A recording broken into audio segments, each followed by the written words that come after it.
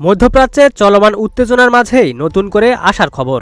যুক্তরাষ্ট্রের মধ্যস্থতায় ইসরায়েল ও লেবাননের মধ্যে চলমান যুদ্ধবিরতির মেয়াদ আরও ৪৫ দিন বাড়ানো হয়েছে। শুক্রবার এ তথ্য নিশ্চিত করেছেন মার্কিন পররাষ্ট্র দপ্তরের মুখপাত্র টমি পিগ। জানা গেছে, আগামী ২ ও ৩ জুন ওয়াশিংটনে দুই দেশের মধ্যে চতুর্থ দফার আলোচনা অনুষ্ঠিত হবে। এর আগে বৃহস্পতিবার যুক্তরাষ্ট্রের পররাষ্ট্র দপ্তরে ইসরায়েল ও লেবাননের প্রতিনিধিদের মধ্যে দুই দফার সরাসরি বৈঠক অনুষ্ঠিত হয়। আলোচনায় দুই দেশের কূটনৈতিক ও সামরিক কর্মকর্তাদের পাশাপাশি যুক্তরাষ্ট্রের বিশেষ দূতরাও উপস্থিত ছিলেন।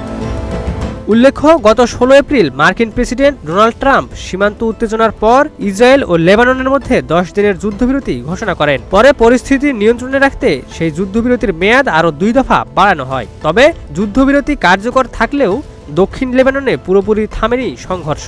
ইসরায়েল বিভিন্ন এলাকায় হামলা চালিয়েই যাচ্ছে। অন্যদিকে হিজবুল্লাহ ড্রোন, রকেট ও গোলাবর্ষণের মাধ্যমে পাল্টা হামলা অব্যাহত রেখেছে।